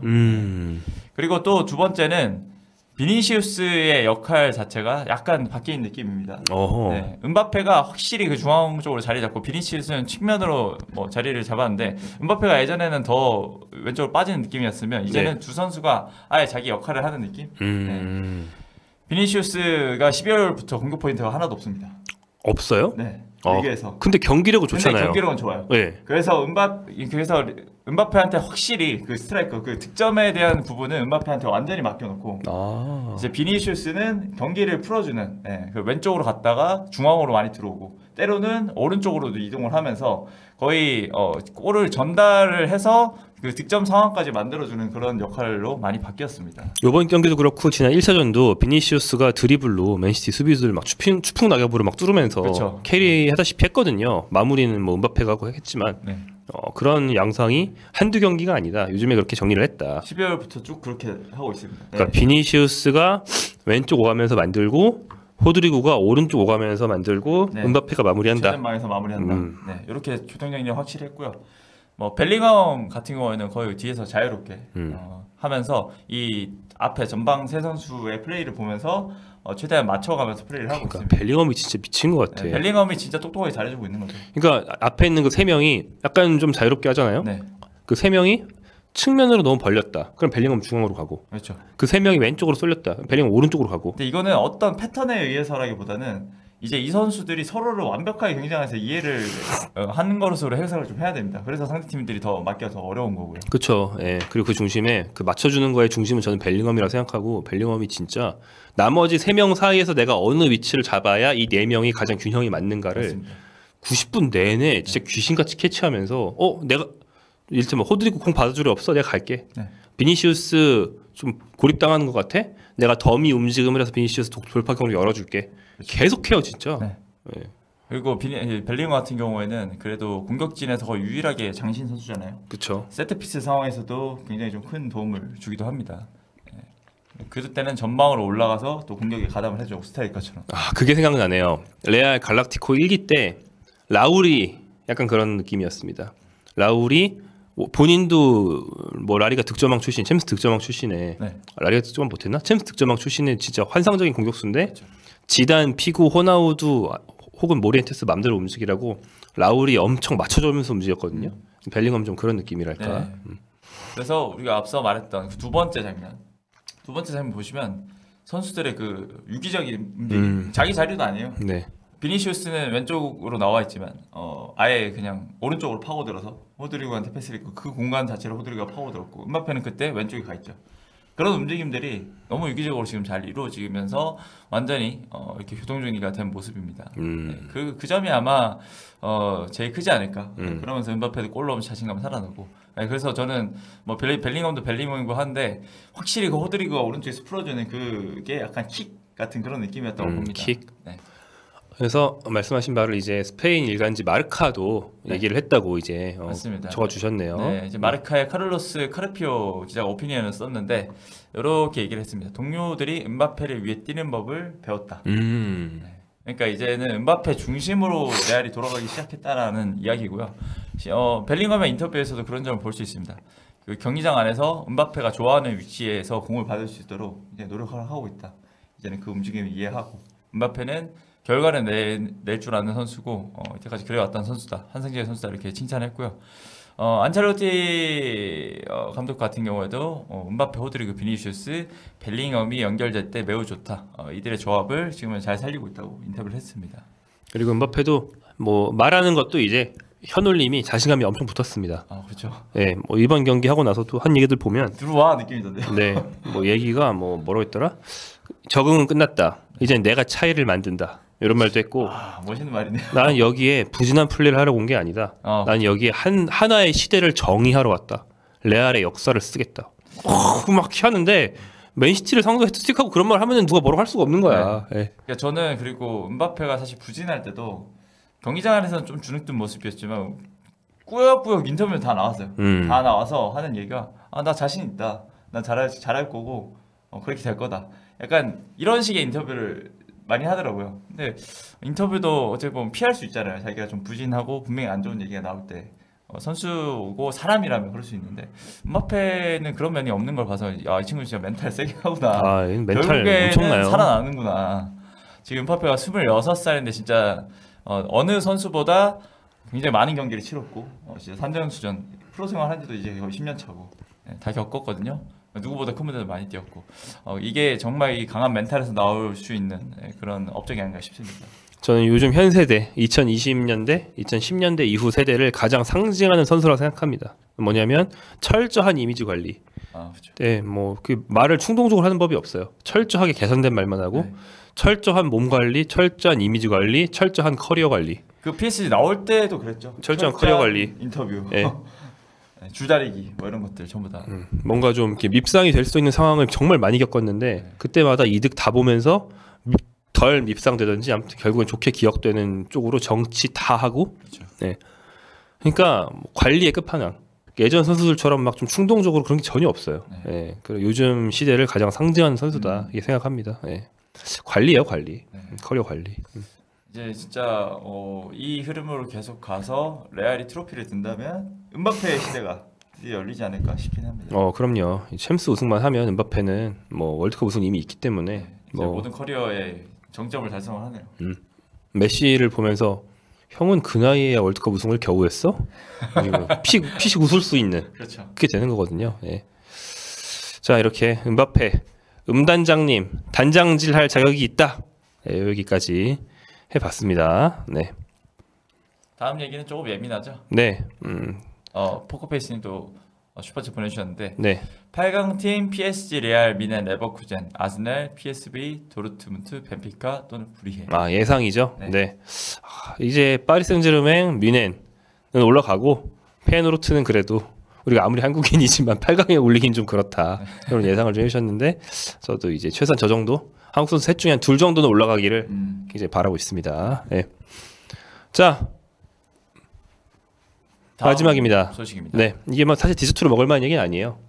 디저트 메인 3이라고 보시면 됩니다. 예, 거의 뭐 디저트라고 하기엔 고3차 느낌의 굉장히 껄끄러운 얘기인데 하지만 또 민감한 얘기인 만큼 해야 된다. 그래서 이제 가져와 봤고요. 전두환 전 대통령, 전두환 씨, 네, 고 전두환 씨의 사진을 통해서 문제를 일으켰던 산둥이 기권을 했는데 기권까지는 좋다 이거야. 거기서 이득을 봐야 되는 팀이, 그러니까 이득이라기보다는 순리상 그걸 통해서 나와야 되는 결과는 포항의 16강 진출인 것 같은데 그게 되지 않았다. 네, 그게 되지 않았다는 얘기입니다. 차근차근 해볼게요. 뭐 모르시는 분도 있을 테니까. 네. 어제 산둥 타이샨이 울산 현대와의 경기를 앞두고 돌연 기권을 했습니다. 2시간 반 전이었습니다. 네. 건강 문제로 이번 경기를 포기한다. 근데 이제 AFC 규정에 따라서 AFC는 이런 기권 같은 게 하도 잦다 보니까 네. 한 경기만 못 빠져. 니네가 그럴 거면 대회 기권이야. 이런 규정이 있는 거예요. 네. 그래가지고 그렇게 됐더니 솔직히 그러면은 건강 문제가 맞으면 네. 2군이라도 데리고 와서 요즘 데리고 와서 뛰면 되잖아요. 그렇죠. 그럼 대회 기권을 했어요. 네. 그래서 사실상 건강 문제는 핑계고 실제로는 저 전두환 사진을 광주와의 홈 경기에 들고선 도발한 것 때문에 막 징계 이런 얘기 나오니까 정치적 메시지로 네. 판단이 될 수 있는 사안이죠. 대회를 포기해버린 게 아니냐라는 얘기가 나왔고 아마 여기까지 온 거 보면 경기 직전까지 그래도 할까 했는데 뭐 이를테면 그런 눈치가 있었던 게 아닐까 싶어요. 울산 경기장에서 뭐 이게 보복을 당하는 네. 그런 계산이 있었는데 설칠 수도 있죠. 중국은 훨씬 예민하잖아요. 그렇죠. 네, 그들이 전두환 씨의 사진을 들고선 흔들었다고 해서 네. 뭐 광주 사람들이 어떻게 되진 않죠. 그렇죠. 하지만 산둥의 경기에 이제 한국 관중들이 중국에 대한 강력한 정치적 메시지, 네. 뭐 여러 가지 있을 수 있죠. 제가 예를 드는 겁니다. 이런 저희 계획을 밝히는 게 아니고 민감한 거 예를 드는 거예요. 네. 뭐 곰돌이푸 사진. 뭐 그 시진핑 그 주석이랑 닮았다고선 중국에서는 곰돌이푸 이미지를 쓰는 게 금지라고 그러죠. 네. 그럼 뭐 프리 티베신이 뭐 이런 거 있잖아요. 네. 흔히 하는 거. 그렇죠. 그런 거를 막 대형으로 걸고 나왔다 생각해봐. 그러면 이제 난리 나는 거거든요. 그렇죠. 뭐 그런 걸 두려워한 게 아니냐라는 관측이 지배적입니다. 이게 제 생각이면 그런 게 아니고 취재를 해봤더니 취재에서도 건강은 핑계고라는 말이 지배적으로 나와요. 제가 뭐 시진핑 어쩌고 한 거는 뭐 제가 거의 덧붙인 거지만 네. 건강은 핑계고까지 지배적입니다. 그래요. 근데 판둥이 4승 1무 2패 상태에서 마지막 8차전을 포기한 건데 그래서 사실 포기했으면 산둥 바로 아래가 포항이었어요. 네, 산둥이 8위, 네. 그리고 포항이 9위. 포항은 이미 8차전 치러서 3승 5패였거든요. 네. 그래서 포항이 8위로 올라가면서 극적으로 승전할 수 있다라는 낙관론이 있었어요. 이때만 해도 김판곤이 주는 포항에 대한 선물 역시 손자병법에도 있습니다. 가장 좋은 것은 싸우지 않고 이기는 것이다. 뭐 죽은 김판곤이 산둥을 안 죽었는데 뭐 별얘기 다 나왔거든요. 근데 FC가 자정 즈음에 16강 진출팀 축하합니다 이렇게 내놓은 거 보면은 네, 없어요. 지금 제가 사진 첨부해놨는데 예. 네. 포항이 아니고 요 끝에 뭐야 상하이가 있잖아요. 네. 산둥이 아닌 거예요. 그래서 벙찐 거죠. 이거 뭐야? 그러면서 이제 규정을 확인해 봤더니 산둥 산대로 경기한 팀들의 7경기를 다 삭제해 버린 거예요. 다 삭제해서 네. 새로 승점을 다 정리를 해서 이렇게 네. 줄 세우기를 한 거군요. 산둥이 기권이거든요. 네. 그래서 산둥이 그동안 4승 1무 2패를 했다고 했잖아요. 근데 산둥이 2패했으니까 산둥 상대로 승점 3점을 챙긴 두 팀이 있잖아요. 그중 하나가 포항입니다. 그래서 포항은 1패가 빠진 거예요. 1승이 빠진 거예요. 그래서 포항은 원래 3승 5패였는데 2승 5패로 줄어들었습니다. 이렇게 끝. 그래서 포항이 9위가 되고 상하이 포트가 8위로 막차를 타게 됐습니다. 네. 좀 그러네요. 네, 저 규정이 원래 있었다고 하지만 그래도 이게 좀 특이 케이스잖아요. 되게. 네, 그래서 이제 확인을 해봤는데 취재를 봤는데요. 뭐 포항 측도 이미 그렇게 알고 있는 것 같고 네. 이대로 결정되고 번복되지 않을 것이 오늘 20일 낮이죠. 현 시점 유력합니다. 바뀌는 건 없다. 네, 그 어제 저녁부터 어제 밤까지 연맹이랑 포항 스틸러스가 우리한테 알리진 않았지만 AFC에 가능한 라인들을 동원해서 이거 어떻게 되는 거냐, 우리가 올라가는 게 맞지 않냐, 아니라는 분위기가 돌았을 때 이게 말이 되냐 이러면서 막 따져봤는데 실패한 것 같아요. 그래서 규정에 부당함을 주장해 봤지만 먹혀들지 않았다고 저는 알고 있고요. 좀 명확한 설명 없이 이렇게 그냥 저렇게 딱 순위해가지고 16강 팀만 정리를 한 거는 아니, 설명 여부는 이제 나오겠죠. 그래서 이제 오늘 AFC가 왜 이렇게 됐는지 자세히 해명을 하든지 뭐 어떤 식으로든 이제 공문이든 어떤 방식으로 해명이 나올 거라고 아마 축구계 현장에서는 예고가 되어 있는 상태입니다. 중요한 거는 아무튼 이 규정으로 대회를 시작한 이상 이번 대회까지는 이 규정으로 치러야 한다. 네. 그래서 뭐 규정이 부당한 면이 있는 거는 사실 대화해 보면은 AFC도 인정할 수밖에 없는데 규정을 이렇게 시작했는데 어쩌겠노. 이 규정을 지금 다 읽고 시작한 거 아니냐. 뭐 규정을 개정할 수는 있다. 좀 소급 적용은 안 된다. 포항은 어쩔 수 없다. 라는 얘기인데 AFC 규정이 뭐가 이상하냐. 네. 제가 말씀드린 것처럼 누군가가 기권을 하면 해당 경기만 기권하는 게 아니고 이 팀을 탈락시킵니다. 근데 그러면서 이제까지 치른 경기들을 삭제한다는 거예요. 네. 근데 이게 이번 대회는 리그 페이지잖아요. 네. 풀리그도 아니고 조별리그도 아니고 토너먼트도 아닙니다. 풀리그나 조별리그거나 토너먼트거나 다 상관이 없어요. 이 팀을 탈락시키는 건. 왜냐하면 풀리그에서 어떤 팀이 기권해서 나가는 게 대표팀에서 많이 나옵니다. 특히 그렇죠. AFC 그 월드컵 3차에서 4차에서 많이 나오거든요. 그런데서는 어떤 팀이든 뭐 자기네 나라 경제적인 상황, 정치적인 상황 때문에 못 나가는 일이 왕왕 생겨요. 그렇죠. 그러면 그 조가 내 팀으로 돼 있으면 그 한 팀 빼버리고 세 팀 중에서 1, 2위 해가지고 올리면 그만이에요. 네. 이상할 게 없죠. 그렇죠.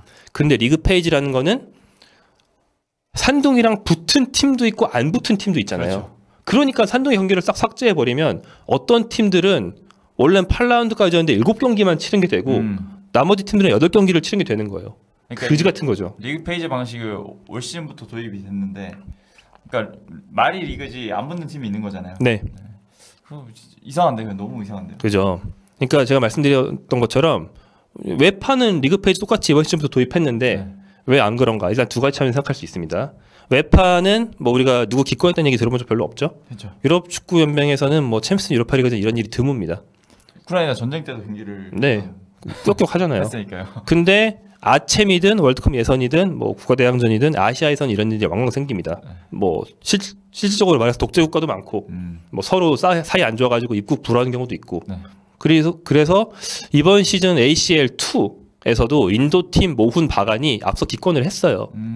근데 ACL 2는 전북 팔로우 하시는 분들은 아시겠지만 리그 페이지 도입을 안 했어요. 그렇죠. 조별리그 방식입니다. 그래서 말씀드린 것처럼 모훈 바간이 있는 조에서 모훈 바간 전패 4등 처리해 버리고 네. 나머지 세 팀 중에 2위 올리면 그만이에요. 1, 2위. 그래서 문제가 없었다. 그런데 리그 페이지를 도입하면서 기권 관련돼서 조항을 수정했어야 되는데 그러지 않고 방심만 따오고 조별리그 때 규정집을 그대로 갖다 복붙하고 리그 페이지만 그러네요, 넣은 거야. 진짜. 이 그지 같은 거죠. 아니, 말이 안 되네 이거는. 네. 싹 바꿔야 될 것 같은데. 그래서 제가 이거 말씀드리기 전에 웹파 규정집을 찾아봤어요. 네. 웹파는 했어. 했어요? 네. 바꿨어요? 자, 웹파는 기본적으로 이런 일이 있을 때 경기 몰수만 하는 게 기본입니다. 네. 이제까지 한 경기는 그냥 둔다. 그 해당 경기만. 그러니까 예를 들면 울산은 그냥 몰수승을 주고 그냥 끝. 그리고 필요하다고 판단될 때는 당연히 실격 같은 추가 징계를 할 수 있는데 실격에 대해서 세부 규정을 새로 만들었어요. 되게 복잡하거든요. 네. 리그 페이지에서 어떤 팀이 실격해가지고 통째로 빠졌다 쳐봐? 그러면은 그 팀과 상대팀 포트를 감안해가지고 네. 얻었을 것으로 예상되는 다른 팀들 경기 결과를 봐서 평균 승점을 주는 거예요. 평균 승점을? 네. 이거라도 해야 될 거 아니에요. 그러니까 저거라도 해야 될 것 같은데. 뭐 읽어보면요. 클럽이 리그 페이지에서 모든 경기를 치르기 전 실격 처리되거나 기권하는 경우 그 순간까지 진행된 모든 결과는 유효하다. 네. 실격 이후 예정된 경기를 치르지 못한 구단은 해당 구단과 같은 포트를 상대로 같은 시드의 구단이 획득한 평균 승점을 받는다. 예를 들면 이 팀이 다른 팀들한테 막 3무를 했다. 그럼 1점씩만 이렇게 다 준다는 거죠? 그러니까 같은 포트랑 다른 포트랑 이제 했던 평균을 대회 전체 평균을 감안하는 것 같아요. 그러니까 이번 경우에 대입하면 쉬워요. 이번 경기만 울산 몰수승 주고 나머지 7경기는 유지하는 거예요. 근데 만약에 이런 일이 이렇게 8라운드 아니고 3라운드쯤에 일어났다? 네. 그러면 4라운드부터 8라운드까지는 뭐 평균 N빵으로 승점을 부여하는 거죠. 이렇게라도 해야 이제 경기를 안 하는 페널티가 없으니까. 네. 불이익을 안 보니까. 근데 진짜 그 경기 수도 다른데 저거 16강을 정리해서 올렸다는 것 자체가 너무 굉장히 좀 주목구구식이 아닌가 싶은데. 그러니까 뭐 성명서를 먼저 내고 저거 올리던지 저거 하루 늦게 올리면 그러니까 뭐 어떻게 돼? 같이 좀 첨부를 해서 좀 잘 정리를 해서 하든지 왜 저것만 툭 올려놓으면 하루 그냥 따르라는 것도 아니고 그렇죠? 하루 늦게 올리면 어떻게 되냐고. 네. 그래서 이게 한국 사람들만 분개하는 게 아니고 뭐 아침에 관심 있는 사람들은 다 보기 이상하잖아요. 이상하죠. 저게 트위터 그러니까 X에 올라왔는데 대댓글 보면 한국 사람들은 당연히 분개하고 있지만 딱 봐도 한국인이 아닌 사람들도 분개하고 있더라고요. 예를 들어서 포항 철자도 몰라. BO 이렇게 쓰는 사람들도 모항이요? 모항이 올라갔어야 되는데 왜 샹하이가 올라갔냐 이러면서 영어로 막 뭐라 하는 사람도 있어요. 그런 사람 한국 사람 아닌 걸로 추정되거든요. 아 이건 진짜 누가 봐도 이상한 거예요. 너무 개판인데 일을 어떻게 저렇게 했지?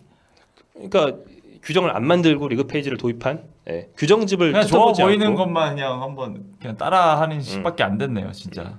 개판인 거죠. 바꿀 거면 철저하게 싹 바꿨어야 되는데. 네. 그래서 이번 한번 해보고 나서야 문제 생기고 나서야 이거 큰일 났네. 포항 바로 문제가 터졌네요. 네, 포항 미안한데 다음 시즌부터는 너희 덕분에 희생자는 더 이상 없을 거야. 너희는 희생됐어. 뭐 이렇게 된 거죠. 임상 실험처럼. 포항 측은 또 어이가 없을 것 같긴 한데. 없죠, 완전 없죠. 근데 뭐 말씀드린 것처럼 지금 이거를 뭐 항의를 해도 지금 바꿔줄 것 같은 그건 불가하고 포항 구단은 원래 막 구단마다 문화가 있어요. 막 이런 일이 있을 때 성명서 막 내고 싸우는 구단들이 있거든요. 그렇죠. 뭐 대표적으로 서울이라든지 많이 있는데 포항은 여러분 생각해 보시면 그런 경우 거의 없습니다. 포항은 좀 점잖은 구단이에요. 그래가지고 물 밑에서는 제가 알기로는 노력을 많이 했어요. AFC 한국인 직원들도 있고 하니까 어떻게든 접촉해서 막 해보려고 한 걸로 저는 알고 있거든요. 근데 아마 뭐 억울하다는 성명서는 안 나올 걸로 예상합니다. 예상은 그래요. 제 예상. 성명서는 안 나온다. 나올 수도 있죠. 제 예상은 안 나올 것 같아요. 구단 문화가 그렇기 때문에. 일단 성명서를 먼저 내야 될 쪽은 저는 AFC 먼저 일단은. 네, 그건 아마 나올 것 같아요. 네. 그 다음은 뭐 포항이나 뭐 이렇게 얘기를 해야 될 것 같습니다. 네, 그렇습니다. 그지 같은 규정을 손보지 않고 진행한 AFC 피해자를 만들어 버린. 리그 페이지가 뭔지도 모르고 도입했다 이거야 쉽게 말하면. 하필 그게 또 K리그 팀이라는 게 조금 안타깝긴 합니다. K리그 팀이 피해 보고 상하이 포트가 올라가서 이제 저기 채팅에 말씀하시는 것처럼 돈 먹었냐 뭐 이런 반응들이 나오는데 뭐 사실 규정 적용은 저게 맞긴 해요. 근데 규정이 애초에 너무 이상하다는 거지. 그래서 피해자가 돼버린 포항. 그리고 사실 악법도 법이다 좀 이렇게 가야 되는. 그렇죠. 지금 그건데 K리그 입장에서 더 아쉬운 건 뭐냐면 아침 죽 썼잖아요. 그렇죠. 광주만 올라갔는데 광주는 전력이 반토막 났잖아요. 그 지난 시즌 전력으로 올려놓은 승점으로 겨우 올라가는 거 아니야. 그렇죠. 근데 울산은 떨어졌고 포항 막차 했는데 포항 또 떨어지고 그래서 광주밖에 없단 말이죠. 저 8팀에. 그러네요. 여러모로 그지같이 됐다. 네. 그렇습니다. 저기 포크페이스님 또 후원해 주시면서 AFC 어차피 피파 소속이니 산동 피파에서 5년 출전 불가 이런 거 때려야 돼 이렇게 말씀하시는데 진짜 좀 뭐랄까 사실 엄밀히 말하면 피파가 AFC에 징계를 주는 게 맞긴 한데 그렇죠. 그런 일은 일어나지 않을 거고 근데 이제 이런 거에 대해서 재발 방지는 당연한 건데 뭐 피해 보상을 방법이 없긴 하겠지만 제가 모르는 방법이 뭔가 어디 나와서 근데 뭐 그런 얘기 있더라고요. 그러면 이 경기를 위해서 티켓 산 사람들 그렇지.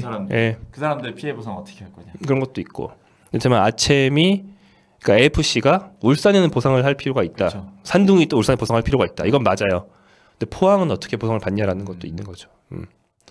그런데 저 16강 진출에 대한 또 금액이 또 있을 거고 수당 같은 거. 네, 경기 수가 늘어나고 그렇습니다.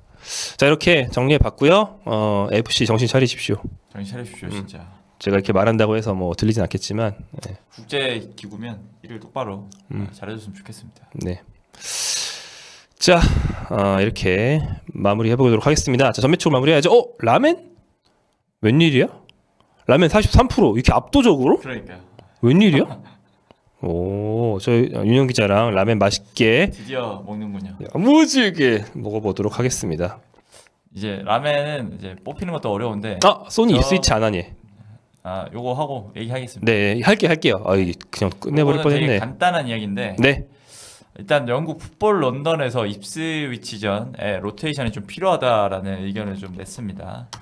토트넘 같은 경우에는 입스위치전 다음 상대가 맨시티예요. 근데 토트넘이 어쨌든 맨유 잡고 좀 분위기 반전을 한 상황에서 그래도 입스위치가 강등권이란 말이죠. 입스위치 정도는 지금 돌아온 선수들로 좀 구성을 해서 경기를 하고 또 잡아야 되지 않나라는 의견이 있는 거고 또 베르너가 입스위치에서 복귀할 가능성이 높다고 합니다. 그래서 베르너가 돌아오면 베르너를 좀 선발로 쓰고 손흥민한테는 휴식을 좀 부여해야 될 상황이다. 손흥민 선수 부상자들 많을 때도 못 쉬고 계속 뛰었고요.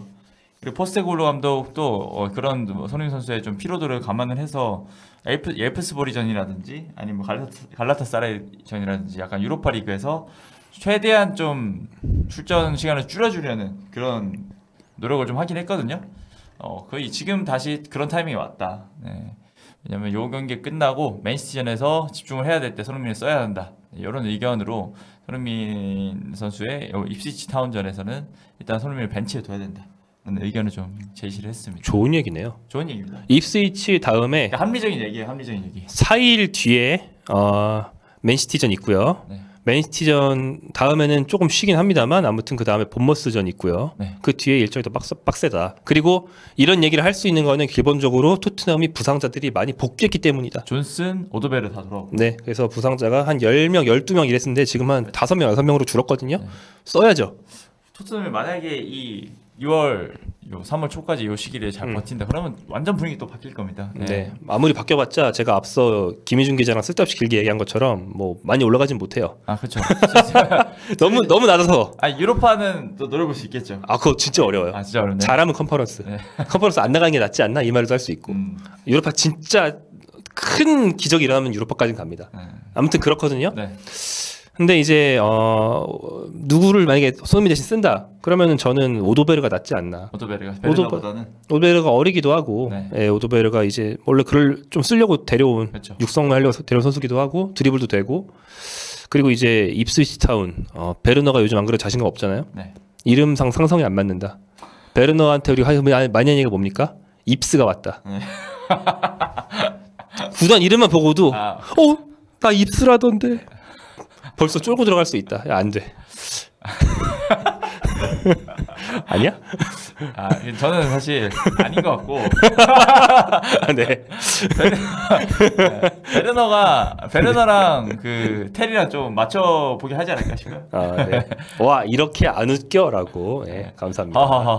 이거 거의 이우영 아나운서의 그 드립할 때 제가 이런 반응이 많이 나오는데. 아니 근데 제가 웬만하면 근데 정경 선배랑 같이 할 때는 많이 웃어요. 네, 재밌다 생각을 하거든요. 입스 농담은 와이프만 웃어준다는, 아니 저희 집에서는 못합니다. 하면 욕을 먹기 때문에. 저희는 와이프는 저랑 욕을 하는 사이라서. 아무튼 농담으로 했지만 진짜 진지하게 누군가를 앞으로 살려서 장기적으로 써야 된다? 베르너를 살리고 싶어요? 오도베르를 살리고 싶어요? 네, 그래 그 얘기예요. 네. 그리고 이게 맞습니다. 왜냐하면 여기가 길어지는데 오도베르 드리블러죠. 그렇죠. 왼쪽 측면에 드리블러가 있어야 지금 히샬리송 뭐 또 누구야? 솔랑키 못 뛰는 상황에서 텔톱이든 손톱이든 왼쪽에 드리블러가 있어야 조합이 맞습니다. 네. 좌손 중앙텔, 좌텔 중앙손 이걸 왔다 갔다 하는 건 저 생각에 의미가 없어. 둘 다 드리블러가 아니기 때문에 왼쪽 윙어가 스트라이커를 편하게 해주질 못해요. 예전에 손흥민 손톱에 잘했을 때도 솔로몬 왼쪽에서 반짝했을 때 잘 맞았어요. 맞아요. 오드베르 그런 거잖아요. 네. 네, 왼쪽에서 드리블 해주는 좌충우돌 친구가 있으면 손톱도 살아날 수 있다. 베르너는 가망이 없다. 가망 뭐 있긴 있겠죠. 딴 데 가서 찾아라. 그런 역할은 못한다. 가망 있을 수 있는데 딴 데 가서 찾아라. 솔로몬 같은 역할도 못한다. 못하죠. 걔는 드리블러가 아니잖아요. 그렇죠. 스타일이 네. 득점원이잖아요. 네. 네. 아무튼 그렇습니다. 자, 포커페이스